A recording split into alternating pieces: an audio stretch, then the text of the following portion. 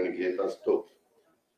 उद्याच्याला मी सुरुवातीलाच आपल्या सगळ्यांचं मनापासून स्वागत करतो। उद्यापासून विधिमंडळाचं पावसाळी अधिवेशन सुरू होत आहे आणि विद्यमान विधानसभेचं विधानसभा निवडणुकीपूर्वीचं हे शेवटचं अधिवेशन असणार आहे। त्यामुळे राज्यासमोरच्या अधिकाधिक प्रश्नांचे सोडवणूक करून घेण्यासाठी या अधिवेशनाचा उपयोग व्हावा अशी सत्ताधारी महायुती म्हणून आमच्या सर्वांचाच प्रयत्न राहणार आहे। उद्यापासून अधिवेशनाच्या पार्श्वभूमीवर माननीय मुख्यमंत्री महोदय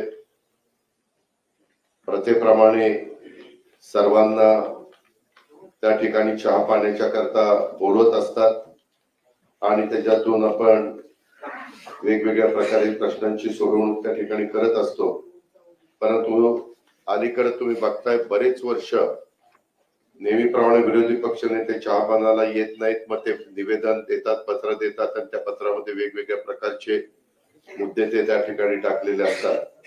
त्यांनी आज देखील एक पत्र माननीय मुख्यमंत्री महोदयांना दिलेलं आहे आणि त्या पत्राची सुरुवातच त्यांनी मनुस्मृतीतल्या श्लोकाच्या मुद्द्यांनी केलेली आहे।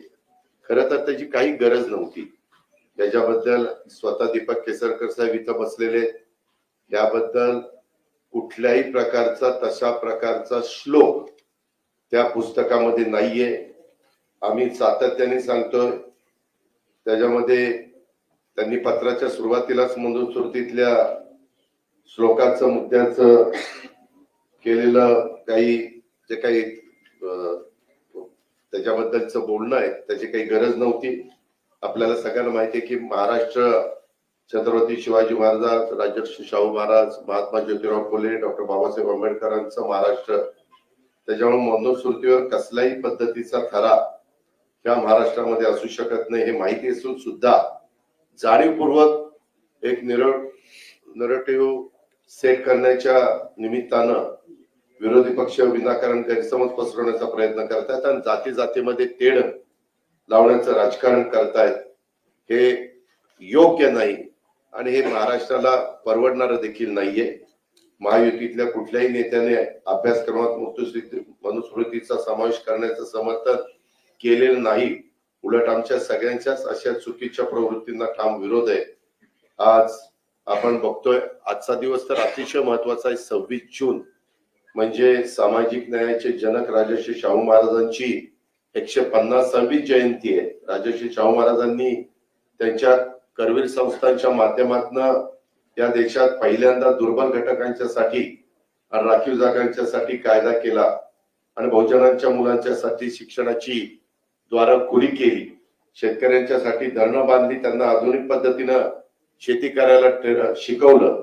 शेतकऱ्यांच्यासाठी त्यांनी त्या काळामध्ये बाजारपेठा उभ्या केलेल्या आपण सगळ्यांनी त्याबद्दलचा इतिहासामध्ये ऐकलेला आहे। आणि या सगळ्या गोष्टी करत असताना त्यांनी त्या काळात नवीन उद्योग आणले। सर्व जाती धर्माच्या मुलांना शिक्षण कसं घेता यावं यासाठी त्यांनी हॉस्टेल देखील बांधली। अशा लोककल्याणकारी राजर्षी शाहू महाराजांचा वारसा हे राज्यांच्या मुख्यमंत्र्यांच्या नेतृत्वाखाली पुढे नेत असताना मनुस्मृती सारख्या मुद्द्याला या महाराष्ट्रात स्थान असणार नाही हे मी या निमित्तानं पुन्हा एकदा ठामपणे सांगू इच्छितो।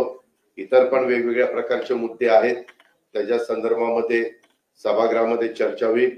सभागृहामध्ये तुम्ही बघा, मुख्यमंत्र्यांनी जबाबदारी स्वीकारल्यापासून कुठलाही अधिवेशन हे गुंडाळण्यात आलेलं नाही। सभागृह व्यवस्थितपणे सकाळपासून संध्याकाळपर्यंत चालतं।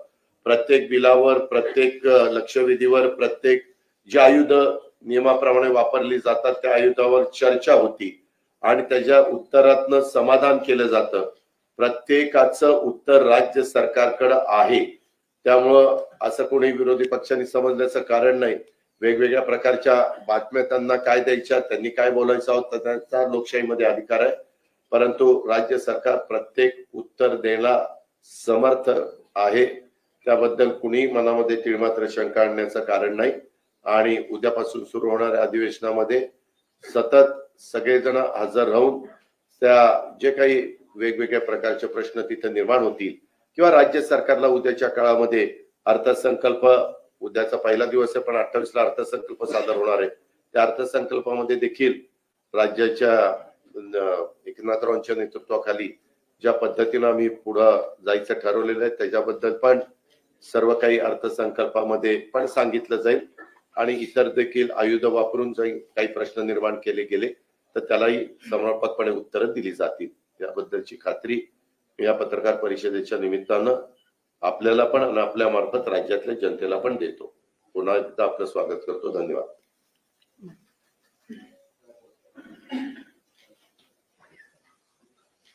माननीय मुख्यमंत्री महोदयांच्या नेतृत्वात उद्यापासून अधिवेशनाला सरकार सामोरं जात आहे. आज विरोधी पक्षाने प्रथेप्रमाणे चहा पानावर बहिष्कार टाकत जे पत्र दिलेलं आहे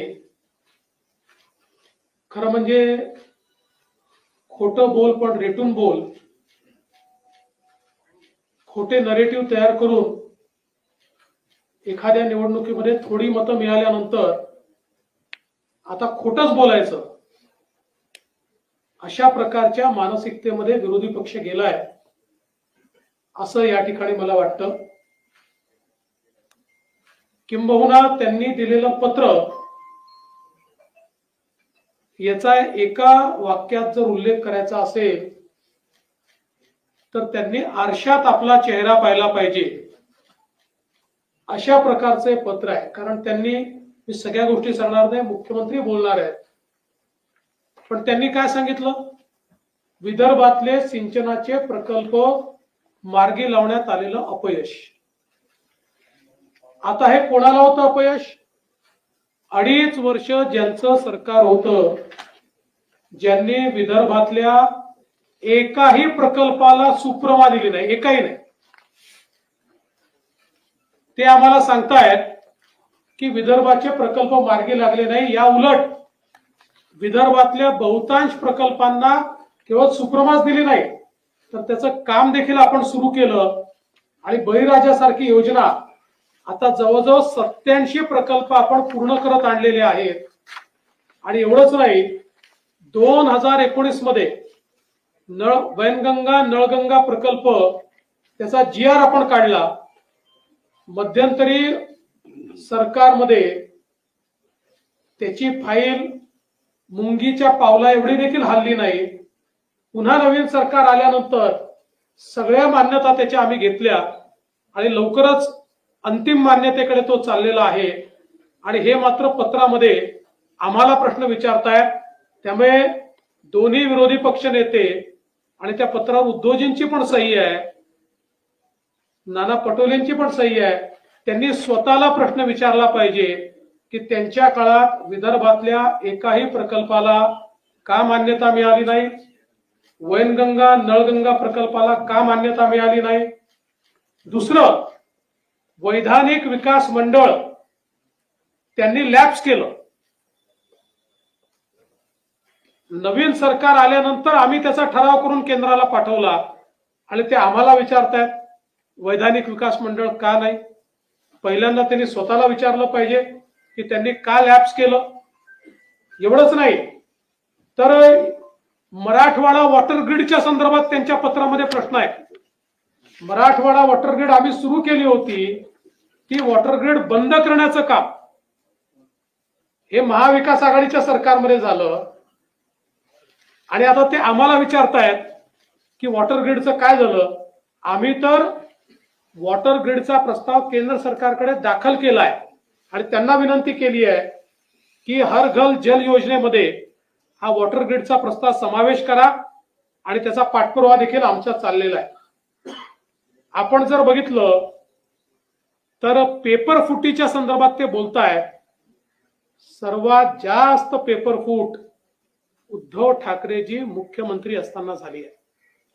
जवळजवळ सगळ्याच परीक्षांमध्ये टीईटी म्हणजे परीक्षांची नावं घ्या आणि कशा प्रकारची झाली हे आपण सगळ्यांनी बघितलेलं आहे आणि ते आम्हाला प्रश्न विचारतायत.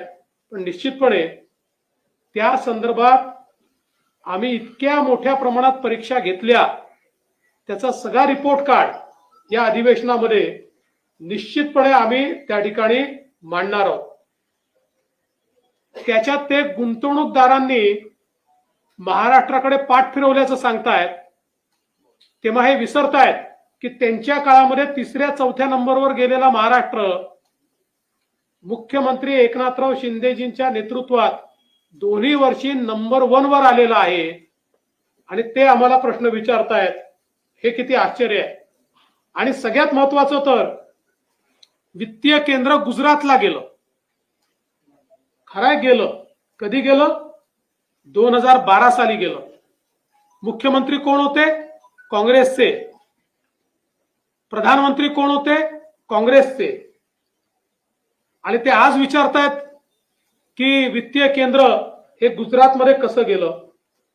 एवढंच नाही तर अनेक गोष्टी याच्यामध्ये आहेत. सगळ्या गोष्टींचा उहापोह मी करणार नाही, पण मला असं वाटतं की खोटे नेरेटिव्ह तयार करण्याची एक फॅक्टरी ही जी यांनी उघडली आहे, या फॅक्टरीचा पर्दाफाश या अधिवेशनामध्ये आम्ही निश्चितपणे करू. विशेषतः गँगस्टर उभे राहिले आहेत आणि ड्रग्सच्या संदर्भात मोठा हो हल्ला करण्याचं काम चाललेलं आहे. त्यावेळी हे विसरतात 100 कोटी रुपयाच्या संदर्भात आम्ही नाही, माननीय उच्च न्यायालयाने यांच्या गृहमंत्र्यांच्या विरुद्ध FIR करून त्यांना अरेस्ट केली. सरकार त्यांचं होतं, आम्ही नाही केलं. त्यांच्या गृहमंत्र्यांच्या विरुद्ध माननीय उच्च न्यायालयाचे तेव्हाचे मुख्य न्यायाधीश यांच्या खंडपीठाने यांच्यावर FIR दाखल करा म्हणून सांगितलं. आणि आज ड्रग्सच्या विरुद्ध आम्ही लढाई सुरू केली आहे, संपूर्ण देशामध्ये सुरू केली आहे. आणि त्यामुळे हे जे काही साठे आज सापडतायत, मोठ्या प्रमाणात जी कारवाई होते आहे, ती कारवाई आपल्याला पाहायला मिळते. ही कारवाई अशी सुरू राहणार आहे. आणि एवढंच नाही तर ज्यावेळी म्हणजे पुण्यातली घटना घडलेली दुर्दैवी होती पोर्शेची, पण त्यामध्येही कोणालाही स्पेअर न करता राज्य सरकारने अतिशय कडक भूमिका ठेवली आहे. त्यामुळे निश्चितपणे कायदा सुव्यवस्था असो किंवा zero tolerance policy towards drugs असो, हे सरकार या ठिकाणी करतच राहणार आहे. आणि म्हणून निश्चितपणे विरोधी पक्षाने जे काही प्रश्न या ठिकाणी उपस्थित केले आहेत, ते म्हणतात 10 वर्षात हमीभाव वाढला आणि आता माझ्याकडे चार्ट आहे, त्यांच्या काळात काय होता आणि या काळात काय आणि किती वेळा तो वाढलाय. पण आता मी आपला वेळ घेत नाही, कारण हे उत्तर आम्ही आता त्यांना विधानसभेमध्ये निश्चितपणे त्या ठिकाणी देऊ. खरं म्हणजे अनेक विषय हे विरोधी पक्षांनी या ठिकाणी मांडण्याचा प्रयत्न केलाय. पण जसं मी सांगितलं, ते जितके वेळा बोट आमच्याकडे एक उगारतात, 4 बोट त्यांच्याचकडे निघतात. कारण त्यांची अकर्मण्यता, त्यांचा भ्रष्टाचार. म्हणजे आता या पत्रामध्ये ते 40% सरकार म्हणतायत. बॉडी बॅगचा घोटाळा कोणी केला? माझा सवाल आहे. अरे प्रेताच्या टाळूवरचं लोणी खाणं कशाला म्हणतात? ते कोविडचे घोटाळे, खिचडीचे घोटाळे. हे सरकार विसरलेलं, हे विरोधी पक्ष विसरलेला दिसतोय. सगळं काढणार आम्ही, सगळी उत्तरं देणार. आमची चर्चेची तयारी आहे. विरोधी पक्षांनी चर्चा करावी. विरोधी पक्ष केवळ या ठिकाणी हंगामा करायचा आणि मीडियात जाऊन बोलायचं. मीडियामध्ये बोलण्यापेक्षा त्यांनी सभागृहात बोलावं, आम्ही त्याला उत्तरं देऊ. आम्ही शेतकऱ्यांकरता काय केलं, त्यांनी काय केलं, याची उत्तर आम्ही देऊ. पुढे काय करणार आहोत याची उत्तर आम्ही देऊ. त्यामुळे मला असं वाटतं की सत्ता पक्ष पूर्ण तयारीमध्ये आहे आणि सगळ्या प्रश्नांची उत्तरं ही या ठिकाणी आम्ही निश्चितपणे देऊ. मला विश्वास आहे की आमच्या मुख्यमंत्र्यांच्या नेतृत्वामध्ये एक अतिशय चांगला अर्थसंकल्प आमचे अर्थमंत्री आणि उपमुख्यमंत्री मांडतील आणि महाराष्ट्राला पुन्हा एकदा विकासाकडे, प्रगतीकडे नेण्याचा जो प्रयत्न आम्ही सुरू केला आहे, त्या प्रयत्नाला बळ देणारं हे अधिवेशन ठरेल, हा विश्वास मला आहे. मी पुन्हा एकदा माननीय आपल्या सर्वांचं स्वागत करत माननीय मुख्यमंत्र्यांना विनंती करतो की माननीय मुख्यमंत्री मोदयांनी आपल्याला संबोधित करावं.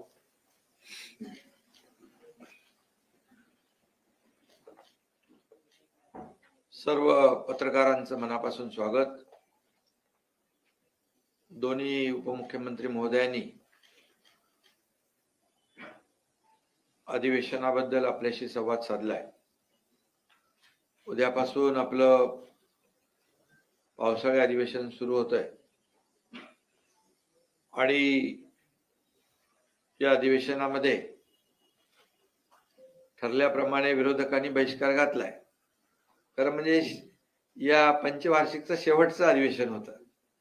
आम्हाला वाटलं होतं चर्चा करतील, येतील आणि चर्चेतून बरंचसं काही चांगलं जनतेसाठी होत असतं, परंतु त्यांची चर्चा करण्याची बिलकुल इच्छा नाही.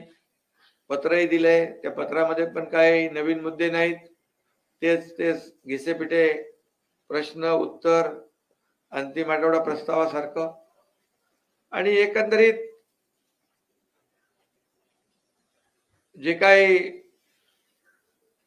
चर्चा सभागृहात करायची आमची तयारी आहे, उत्तराची तयारी आहे, परंतु त्यांची तयारी नाही. त्यांची तुमच्या समोर येऊन खोटं बोल पण रेटून बोल, जसं देवेंद्रजींनी त्यांना काही उत्तरं दिली, अजितदादांनी दिली.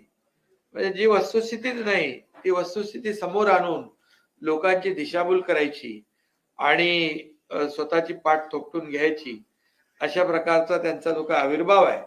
गेल्या वेळेस मी म्हणालो होतो की काय अवसान गळालेलं एक अतिशय म्हणजे गोंधळलेला विरोधी पक्ष यावेळेस मात्र थोडं तुमच्या समोर जरा छाती फुगून आले असतील.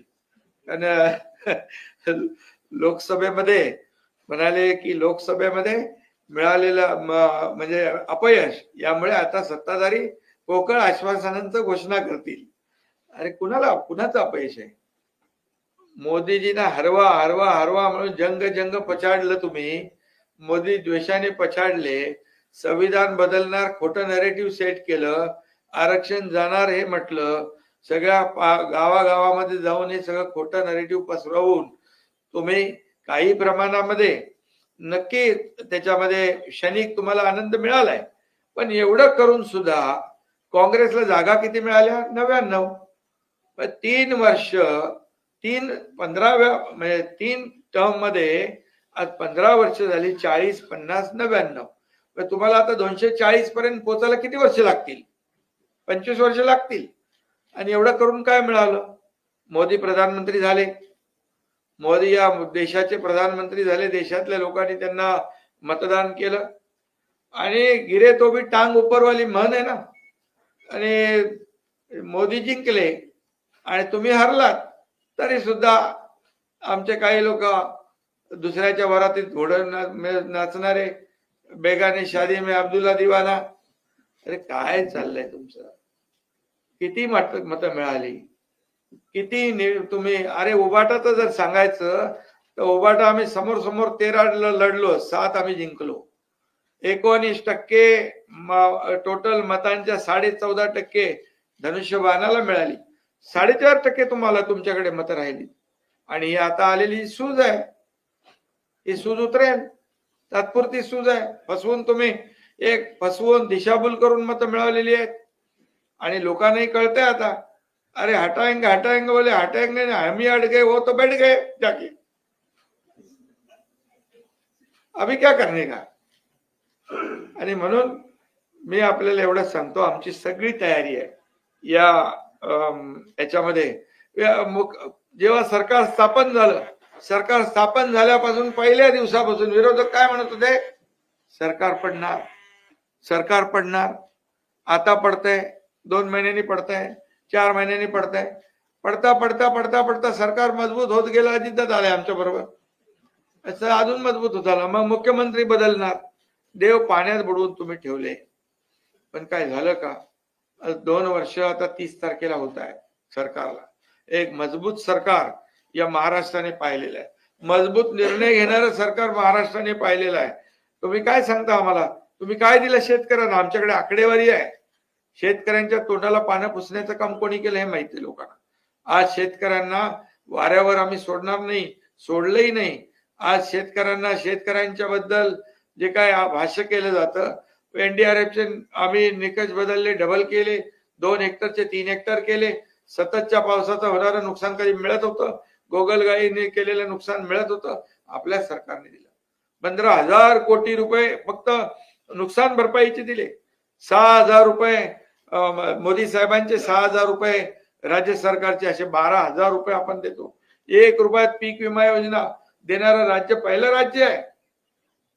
45,000 कोटी रुपये आतापर्यंत शेतकऱ्यांना नुकसान भरपाई आणि या सर्व योजनांमधून आपण दिलेले आहेत. आणि म्हणून हे सरकार काम करणार आहे आणि सर्व समावेशक. मग असे सांगितलं देवेंद्रजींनी, कुठलं पाण्याचं ते विदर्भाचं सिंचन, एक तरी सिंचन प्रकल्प, 121 सिंचन प्रकल्प आपल्या सरकारने केले, सुधारित प्रशासकीय मान्यता. जवळपास 15 लाख हेक्टर जमीन ओलिताखाली येणार आहे. काय तुम्ही केलं शेतकऱ्यांसाठी? मराठवाडा वॉटर ग्रीड तुम्ही भासणात गुंडाळलं, ते आता आम्ही सुरू करतोय. जलयुक्त शिवार सारखी चांगली शेतकऱ्यांची वरदान ठरणारी योजना तुम्ही बंद केली, देवेंद्रजींच्या काळात चालू होती, ती आम्ही आल्या सरकार आमचं आल्या आम्ही चालू केली. तुम्ही सगळे प्रकल्प बंद केले, मेट्रो पासून सगळं काम बंद केलं, समृद्धी पासून सगळं, या अटल सेतूमध्ये दांडा घालून ठेवला. काय काय केलं नाही तुम्ही? हे सगळे प्रकल्प आम्ही सुरू केले आणि आज सगळीकडे योजना, महिलांसाठी योजना असतील, युवकांसाठी असतील, शेतकऱ्यांसाठी असतील, वरिष्ठ ज्येष्ठांसाठी असतील, हे सगळे किती प्रकल्प शासन आपल्या दारी. कधी झाला होता? कधी कुणाला शासनाचे लाभ कंटाळून कटकट करून सोडून देत होते लोक? आज शासन आपल्या दारीच्या माध्यमातून कोट्यावधी लोकांना, जवळपास 4 कोटीपेक्षा जास्त लोकांना त्याचा फायदा झाला. हे शासनाचं काम आहे आणि शासन लोकांच्या दारातच, म्हणजे शोभून दिसतं, लोकांच्या दारात जाऊन काम करणार हे सरकार आहे. बाळासाहेब ठाकरे म्हणायचे, कोणी आलं तर मंत्रालयातून खाली उतरून त्यांना भेटा, आम्ही तर डायरेक्ट शासन दारी आम्ही घेऊन गेलो. आणि म्हणून ह्या सगळ्या ज्या काही बाबी आहेत, खोटं बोला पण रेटून बोला, या परिस्थितीमध्ये थोडा काळ त्यांना आनंद झालेला आहे. आज पुन्हा मोदी साहेब प्रधानमंत्री झालेले आहेत. आल्या त्यांनी काय केलं?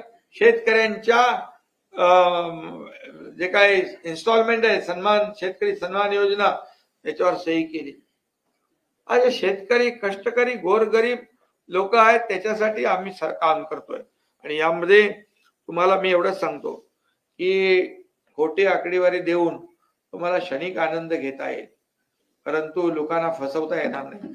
गेल्या 2 वर्षाच्या कामगिरीवर आता उद्या आमचा अर्थसंकल्प आहे, अर्थमंत्री इथे बसलेले आहेत आणि आम्ही खोट्या अफवांचा पाऊस पडणारे लोक नाही. आम्ही जे जे बोललोय ते दिलेलं आहे, तपासून घ्या. आणि उद्या देखील उद्याच्या अर्थसंकल्पातून काय काय निघेल ते जनतेच्या हिताचंच निघेल, शेतकऱ्यांच्या हिताचंच निघेल, माता भगिनींच्या हिताचं निघेल, तरुण बेरोजगार लोकांच्या हिताचं निघेल, ज्येष्ठांच्या हिताचं निघेल, सगळ्यांच्या हिताचंच. हे सर्व समावेशक, हे सर्वसामान्यांचं सरकार आहे. आणि आज तुम्ही खोटे आरोप करता. उद्योग पळाले, त्याच्यावर तुम्ही तर बोललात, उद्योग पळाले. अरे आज या महाराष्ट्रामध्ये जवळपास 1,37,00,000 कोटीची पहिली गुंतवणूक झाली, नंतर 5 लाख कोटीची इन्व्हेस्टमेंट झाली. महाराष्ट्र आता इंडस्ट्री फ्रेंडली स्टेट झालेला आहे आणि म्हणून येणाऱ्या सर्व गुंतवणुका ज्या आहेत या महाराष्ट्रामध्ये येत आहेत. महाराष्ट्रामध्ये पोटेन्शियल आहे, चांगलं इन्फ्रास्ट्रक्चर आहे, कनेक्टिव्हिटी आहे, स्किल मॅनपॉवर आहे. आणि तुम्ही काय केलं? तुम्ही माणूस आला की सगळं चर्चा झाल्यानंतर शेवटी आमचं काय? आम्ही ते विचारत नाही. तुम्हाला काय मदत पाहिजे सांगा, आम्ही रेड कार्पेट देतो, आम्ही सबसिडी देतो, सिंगल विंडो क्लिअरन्स आम्ही देतो. म्हणून तर मोठ्या प्रमाणात केसरकर इकडे आहेत. 4 लाख लोकांना जर्मनीमध्ये रोजगार देण्याचा एमओयू साईन झालेला आहे. आज लोडाच्या स्किल डेव्हलपमेंट याच्यामधून, डिपार्टमेंट मधून लाखो लोकांना नोकरी मिळाली.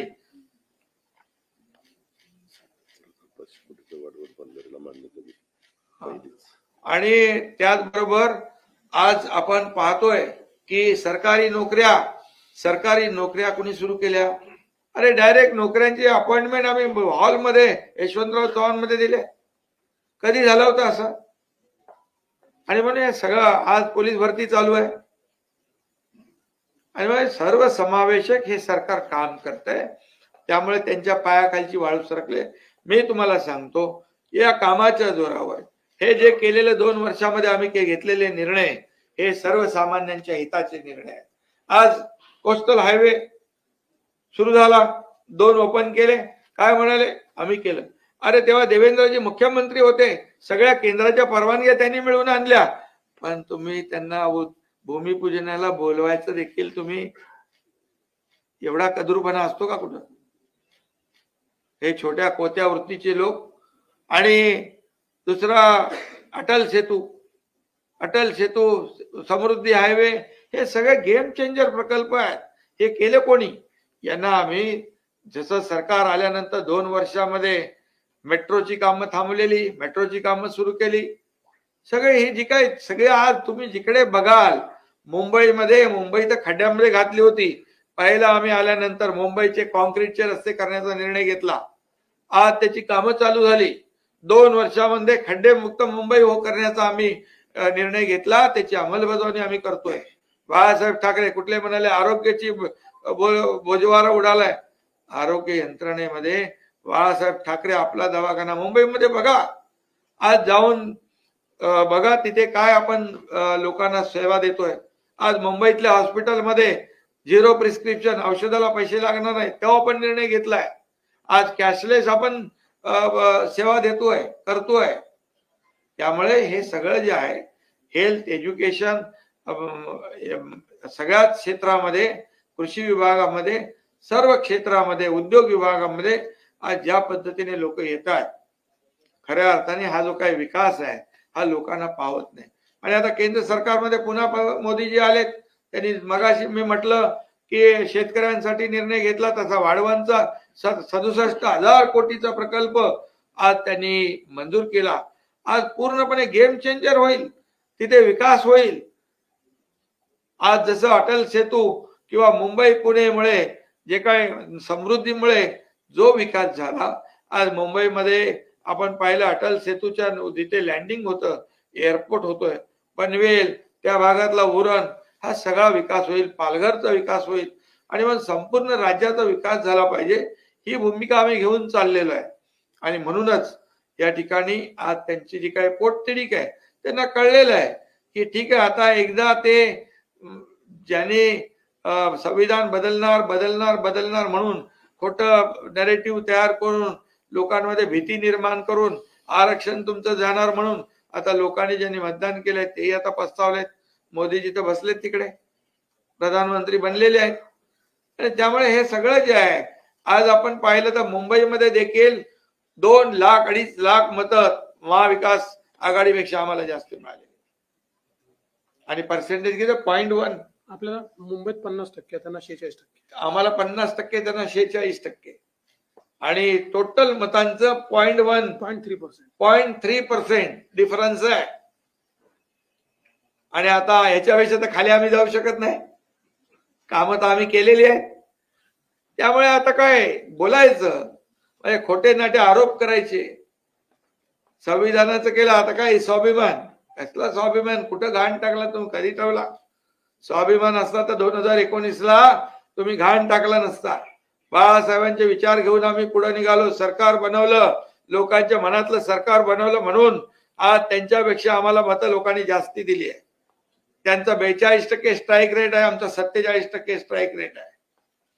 हे मी छाती ठोकपणे सांगतो, तपासून घ्या. आणि लोकांनी आता ते दिंडीला आम्ही 20,000 रुपये दिले. बरे बोलतात दिंडीला पैसे दिले. नवीन मित्र जे आले त्याच्यामुळे दिंडी त्यांना पोटदुखी झाली, नवीन मित्र जमा झाल्यामुळे. पण आता हे वारकरी संप्रदाय पायी चालत जातो, त्यांचं ते त्या ह्याच्यामध्ये समाज प्रबोधनाचं काम करतात ते. आणि त्यांना आम्ही 20,000 रुपये दिले. ते आतापर्यंत कधी दिले नाही, यावेळेस दिले. ती पोटदुखी झाली. आम्ही ज्या ज्या योजना करतोय त्या आता पुढे बघा, आता उद्या बजेट झाल्यावर काय काय बोलतील. त्यामुळे आम्ही तुम्हाला सांगतो, गेले 2 वर्षामध्ये केलेले जे काम आहे त्या कामाच्या जोरावर आणि आता येणाऱ्या अर्थसंकल्पामध्ये देखील आम्ही लोकांच्या हिताचे निर्णय घेणार आहोत. आणि घरी बसलेल्या लोकांना लोक मतदान नाही करत, फील्डवर उतरून काम करणाऱ्या लोकांनाच मतदान करतात. हे लोकसभेची निवडणूक ही आता त्यांनाही कळलेली आहे, एकदाच होतं, परत परत होत नाही. आणि आता होईल, हे कामाच्या जोरावर होईल. आणि या राज्यामध्ये मी आपल्याला एवढंच सांगतो की जनता जनार्दन, काही लोक काय म्हणाले, कुठे निरोप द्यायचा सभा, काय निरोपाचं अधिवेशन आहे, तर निरोप द्यायला तर यायला पाहिजे का नाही सभागृह, का फेसबुक लाईव्ह निरोप संभ्रम हा? आणि निरोप काय, निरोप द्यायचा का घ्यायचा हे जनता ठरवत असते, हे जनता जनार्दनाच्या हातात असतं. त्यामुळे जनतेची सेवा आम्ही केलेली आहे. आम्ही रस्त्यावरची माणसं आहोत, आम्ही रस्त्यावरचे कार्यकर्ते आहोत, जमिनीशी जुडलेले कार्यकर्ते आहोत. आणि म्हणून जेव्हा आपत्ती येते तेव्हा शेतकऱ्यांच्या शेतात आम्ही जातो, जिथे कुठे आपत्ती येते तिथे जातो, महापुरात जातो, घरात नाही बसत. त्यामुळे लोकांना माहित आहे काम करणारं सरकार कोण आहे आणि फक्त खोटे आरोप करणारं सरकार कोण आहे. त्यामुळे आमची अधिवेशनामध्ये आमची तयारी आहे. हे शेवटचं अधिवेशन आहे या टर्मचं. लोकांचे प्रश्न सुटले पाहिजे, लोकांनी चर्चेमध्ये भाग घेतला पाहिजे, राज्याचे प्रश्न मांडले पाहिजे, आपल्या मतदारसंघातले प्रश्न मांडले पाहिजे, त्याला न्याय मिळवून घेतला पाहिजे, ही आमची तयारी आहे. आणि त्यामुळे विरोधकांनी, ठीक आहे सरकार चुकत असेल तिथे ठीक आहे, परंतु सरकार विरोधाला केवळ विरोध करणं हे विरोधी पक्षाचं जे काय काम आहे ते त्यांनी आम्हाला वाटलं की या शेवटच्या अधिवेशनामध्ये ते थोडं आपापल्या मतदारसंघातली कामं, त्याची चर्चा, काही महत्वाचे विषय घेतील.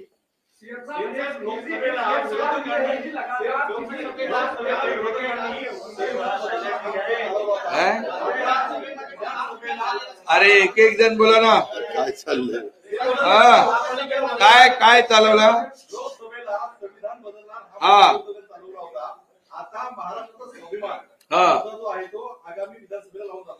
अरे मी मगाशी म्हटलं ना, ते संविधान कधी बदलणार आहे का?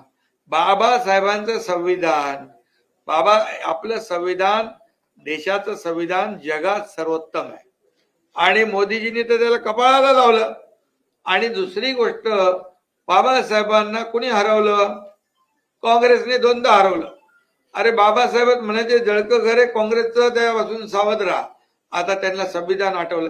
संविधान दिन आठवला का त्यांना? मोदीजींनी 2015ला संविधान दिन सुरू केला. आज बाबासाहेबांचं लंडन मधलं घर स्मारक बनवलं. आज आपण इथे मुंबईमध्ये इंदू मिल मध्ये जगाला हेवा वाटावा असं स्मारक करतोय. काय तुम्हाला बोलायचा अधिकार आहे संविधान बदलणार म्हणून? अरे जोपर्यंत सूर्य चंद्र आहे तोपर्यंत संविधान कोणीच बदलू शकत नाही. पण हे एकदा, अरे ते दुधाचा वगैरे त्यांनी काय दिलंय? आम्ही निर्णय घेतलाय, कालच्या बैठकीतच आम्ही निर्णय घेतलाय. शेतकऱ्यांसाठी खरीपाच्या बैठकीमध्ये अनेक निर्णय आम्ही घेतले आणि ते तुम्हाला कळते.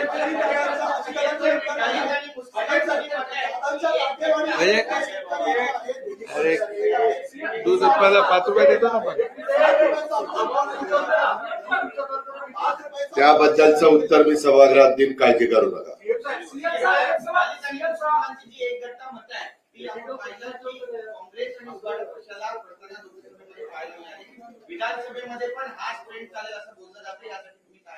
अरे बाबा, 1 लोकसभा म्हणजे 6 विधानसभा.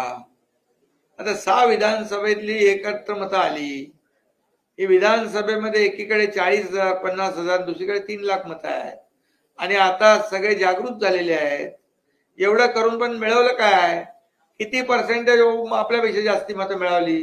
तर त्याचा अभ्यास करा.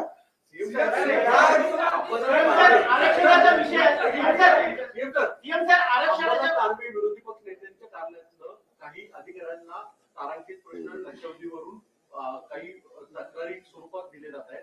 खरंच असे काही तक्रारी आल्यात का प्रशासनाकडनं की काही अधिकाऱ्यांना ब्लॅकमेलिंग करणं, अधिवेशनाच्या तोंडावर काही प्रश्न विचारलं जाणं? कोण अंबादास करतात का ब्लॅकमेल? नाही, ते तपासून घेऊ ना. एक आमच्याही कानावर आलेत ते बघ.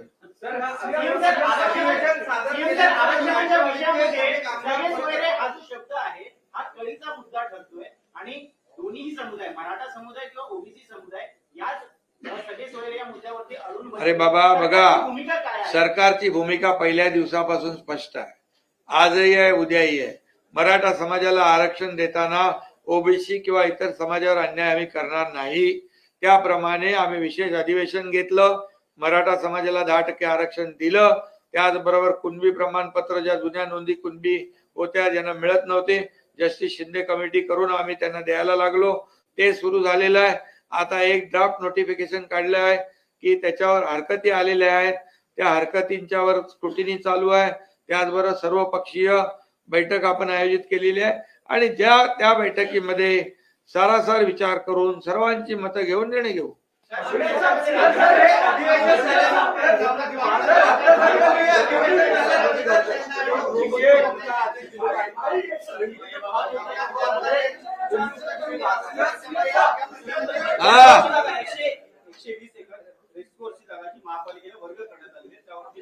काय झालं ते? काय प्रॉब्लेम आहे? अरे ते तर आपण सेंट्रल पार्क म्हणजे इंटरनॅशनल वर्ल्ड क्लास आपण तो हे करतोय, मोठं गार्डन करतोय, सेंट्रल पार्क करतोय. आतापर्यंत तिथे रेसकोर्स होतं, रेसकोर्स ठेवून आपण 120 एकर जागा घेतली. त्या जागेवर एक कुठलंही बांधकाम होणार नाही, ती जागा पूर्णपणे गार्डन म्हणून आपण वापरणार त्या ठिकाणी. आणि दुसरी गोष्ट, आपलं जे कोस्टलचं गार्डन होणार आहे ते 200 म्हणजे 180 एकर आणि हे 120 एकर खालून आपण सबवे करून हे गार्डन एक करणार. 300 एकरचा सेंट्रल पार्क मुंबईत होणार.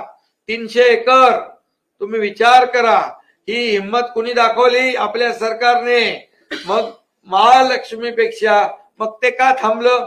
एकदा सुरुवात केली होती मागच्या सरकारमध्ये, मग कुठं अडकलं? कोण त्यांना भेटलं? मग महालक्ष्मीतलं त्यांना, महालक्ष्मी राहिली बाजूला, लक्ष्मी दर्शन झालं का? काय झालं? का थांबलं? ते थांबलं का? आणि ते आम्ही करण्याचं धाडस केलंय.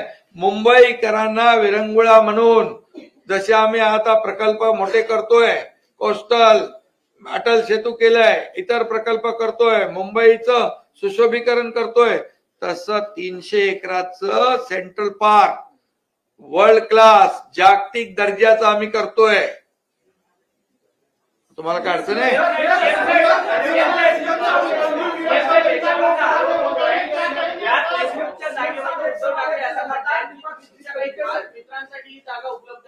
कुठे? उद्धव ठाकरे असा आरोप करतात. कशामध्ये? कुठल्या गार्डन मध्ये? अरे रेसकोर्स वर बांधकामच नाही होणार आहे. गार्डन मध्ये खेळायला काय? आमचे मित्र 120, अरे 100 मित्रांना बोलू, त्यांच्या मित्रांना पण बोलू. 120 एकर म्हणजे 300 एकराचं गार्डन मुंबईमध्ये होत आहे. पत्रकार मित्रांनो, तुम्हाला याची नोंद घ्या. 300 एकरचं गार्डन सेंट्रल पार्क या मुंबईत होत आहे. एक मोठा ऑक्सिजन पार्क आहे. आम्ही डीप क्लीन ड्राईव्ह सुरू केलं, पोल्युशन खाली आलं, रस्ते साफ झाले. खड्डे आहेत का आता? इतके वर्ष खड्ड्यामधून प्रवास केला ना तुम्ही.